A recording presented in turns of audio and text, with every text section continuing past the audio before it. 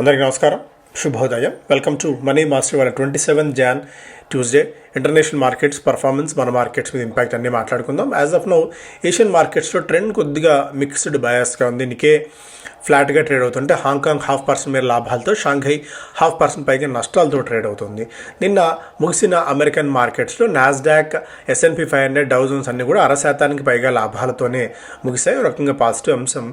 Gold మాత్రం తన పట్టును కొనసాగిస్తూనే ఉంది. $5,100 మార్క్ని క్రాస్ చేసిన తర్వాత కొద్దిగా $50 కొద్దిగా వెనక్కి తగ్గినప్పటికీ సిల్వర్ మాత్రం $110 పైనే ట్రేడ్ అవుతుంది. సిల్వర్లో ఈ మొమెంటం ఎక్కడైతే ఆగట్లేదు. ప్లాటినం కానీ పలాడియం కానీ ఇవన్నీ భారీగా నష్టపోయినప్పటికీ సిల్వర్ పై స్థాయికి వెళ్ళి అక్కడి నుంచి ఒక 5% దాకా వీక్నెస్ అయితే సిల్వర్ చూసాం. బట్ ఈ ఇన్సేన్ లెవెల్స్, ఇన్సేన్ మార్కెట్ ఇప్పుడు అన్ప్రెడిక్టబుల్ జోన్లోకి అయితే వెళ్ళిపోయింది. ఎక్కడి నుంచి ఎక్కడికి వెళ్తుంది, ఇక్కడి నుంచి అది $100 తర్వాత 150 వెళ్తుందా, 200 వెళ్తుందా, గోల్డ్ $7,000 అన్న డిస్కషన్ కూడా మార్కెట్స్లో అయితే ఉంది.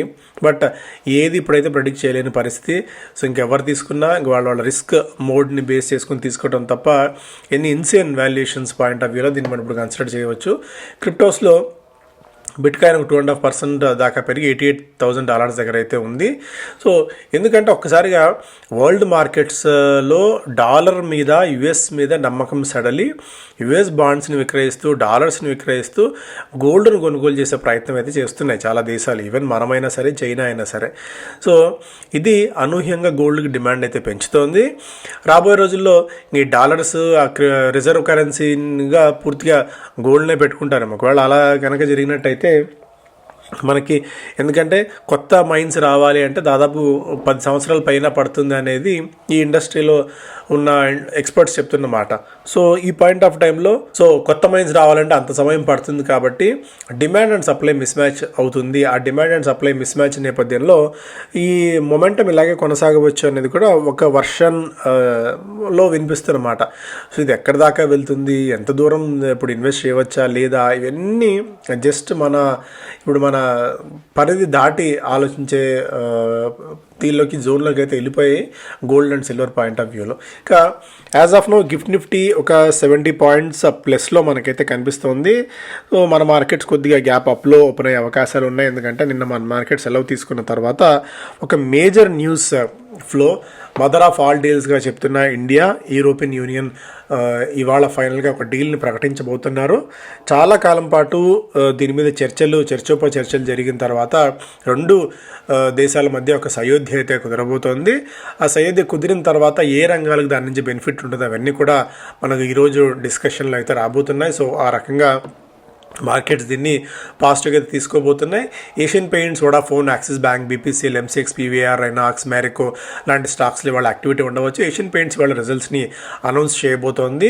Majority of the broking companies on average revenue దాదాపు 5% మేర వృద్ధి నమోదు చేయవచ్చు అనేది కూడా ఒక అంచనా. ప్రాఫిట్ ఆఫ్టర్ ట్యాక్స్లో ఒక 8% మేర వృద్ధి నమోదు కావచ్చు అనేది కూడా ఒక అంచనా. Vodafone Idea likely to post subdued performance in the December క్వార్టర్లో సబ్డ్యూడ్ పర్ఫార్మెన్స్ని అనౌన్స్ చేయవచ్చు అనేది ఒక అంచనా. యాక్సిస్ బ్యాంక్ డిసెంబర్ క్వార్టర్లో నెట్ ప్రాఫిట్ ఒక 3% మేర పెరిగి 6,500 కోట్ల రూపాయలుగా నమోదు చేసింది.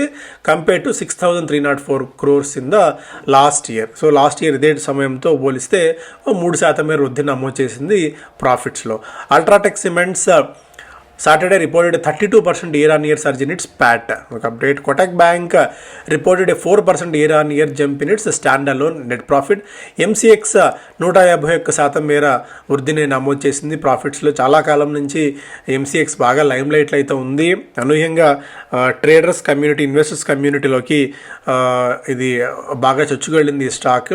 400 కోట్ల రూపాయల నికర లాభాలని కంపెనీ అనౌన్స్ చేసింది. గతేడాది ఇదే సమయంలో 160 కోట్ల రూపాయల ప్రాఫిట్స్ అనౌన్స్ చేసిన కంపెనీ ఇది. PVR ఐనాక్స్, మ్యారికో ఇవాళ, ఎందుకంటే PVR ఐనాక్స్ చెందిన సొంత గవర్మే పాప్కార్న్ బ్రాండ్ 4,700 BCని మ్యారికో ఆల్ క్యాష్ ట్రాన్సాక్షన్ డీల్లో కొనుగోలు చేసింది 227 crore రూపీస్కి. ఒక అప్డేట్. అలాగే మిగిలిన స్టాక్స్ పరంగా చాలా స్టాక్స్ ఉన్నాయి. ఇవన్నీ ఇంకా just news based and results based ఉన్నాయి కాబట్టి అన్నీ అయితే మనం మాట్లాడుకోలేము. అండ్ న్యూస్ ఫ్లో కూడా తక్కువే ఉంది, ఎందుకంటే నిన్న మార్కెట్ హాలిడే అండ్ ఓవరాల్గా హాలిడే తర్వాత అర్బన్ కంపెనీ రెవెన్యూ 7.7% మీరు వృద్ధి చెందింది. నెట్ లాస్ 60 కోట్ల రూపాయల నుంచి 21 కోట్ల రూపాయలకు పరిమితమైంది. ఇదొక పాజిటివ్ అంశం. జేఎస్డబ్ల్యూ స్టీల్ రెవెన్యూ 2% మేర పెరిగింది, ప్రాఫిట్స్ 32% మేర పెరిగింది.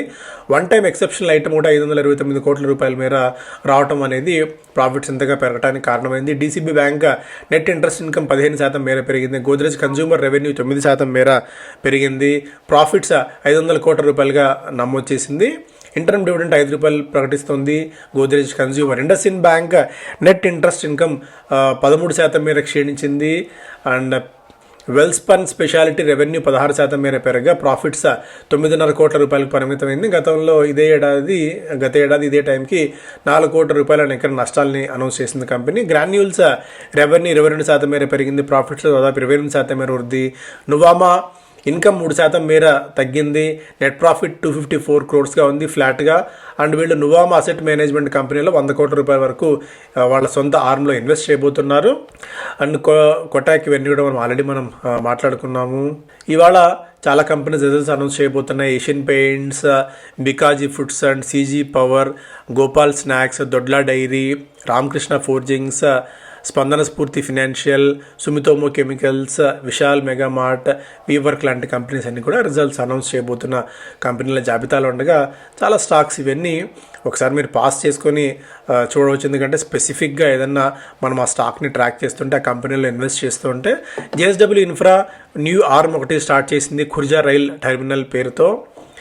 MCX arm pays 50 lakh rupees into core settlement guarantee fund of MCX CCL as a financial disincentive due to another technical glitch. Okay.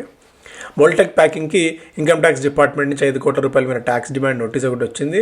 Indian బ్యాంక్కి receives notice of bank strike from UFBU. Pine Labs 64 కోట్ల రూపాయల వరకు తన arm broken tusk టెక్నాలజీస్లో rights issue ద్వారా invest చేయబోతోంది. Acme Solar commissions 4 megawatts out of its 100 megawatts wind power ప్రాజెక్ట్లో వాళ్ళు గుజరాత్లో ఏర్పాటు చేయబోతున్న 100 మెగావాట్ల విండ్ పవర్లో 4 మెగావాట్స్ని కమిషన్ చేసినట్టు వెల్లడించింది. ఎన్ఎస్సి స్మాల్ క్యాప్ 500 ఇండెక్స్ని కొత్తగా లాంచ్ చేశారు. అర్బన్ కంపెనీ యాంబర్ ఎంటర్ప్రైజెస్తో ఒప్పందం కుదుర్చుకుంది to manufacture and supply products under the brand Native పేరుతో వీళ్ళు ప్రోడక్ట్ సరఫరా చేయబోతోంది అర్బన్ కంపెనీ. అకమ్ డ్రగ్స్కి యూరోపియన్ జిఎంపీ సర్టిఫికేట్స్ వచ్చాయి వాళ్ళ హరిద్వార్లో ఉన్న 2 ప్లాంట్స్కి. సో ఇవి స్టాక్స్ పరంగా మీరు కూడా స్పెసిఫిక్గా ఏదైనా పాస్ చేసి చూడవచ్చు. ఎకనామిక్ టైమ్స్ ఫస్ట్ పేలో lighter touch on fiscal control seen next fiscal global rating agencies expect government retain some fiscal space for supporting growth. So కొద్దిగా ఈ పాయింట్ ఆఫ్ టైంలో ఫిజికల్ కంట్రోల్ని ఉంచుకోవడానికి ప్రభుత్వం సిద్ధంగా ఉంది. And on path on track GDP వృద్ధి రేటు కానివ్వండి, నిధుల సమీకరణ కానివ్వండి, అప్పులు తీసుకోవడంలో వాటిని తిరిగి చెల్లించే క్రమంలో మనం పటిష్టమైన స్థితిలోనే ఉన్నాం. వారి అసోసియేటెడ్ పవర్ కంపెనీని కొనుగోలు చేయబోతోంది 55% మేర వాటా 1225 కోట్ల రూపాయలకి. ఓవరాల్గా అంతకుముందు కూడా వాళ్ళకి ఇంటర్వ్యూలో చెప్పినట్టు ఓవరాల్గా సిస్టంలో అంతా 360 degrees యాంగిల్లో ఈ పవర్ సెగ్మెంట్లో తన పట్టు నిలుపుకోవడానికి ప్రయత్నం చేస్తుంది. ఇప్పుడు ట్రాన్స్మిషన్ డిస్ట్రిబ్యూషన్ విభాగంలోకి కూడా ఈ కంపెనీ అడుగు పెడుతోంది. మేజర్ అప్డేట్ అది వారికి. India EU set to shape global order today. Already మనం నిన్న కూడా మాట్లాడుకున్నాం దీని గురించి. ఇక అన్ని చర్చలు ఫ్రీ ట్రేడ్ అగ్రిమెంట్ సంబంధించి కంక్లూజన్ ఫైనల్ స్టేజ్కి వచ్చాయి. నిన్న వాళ్ళు రిపబ్లిక్ డే పెరేడ్లో కూడా పార్టిసిపేట్ చేశారు.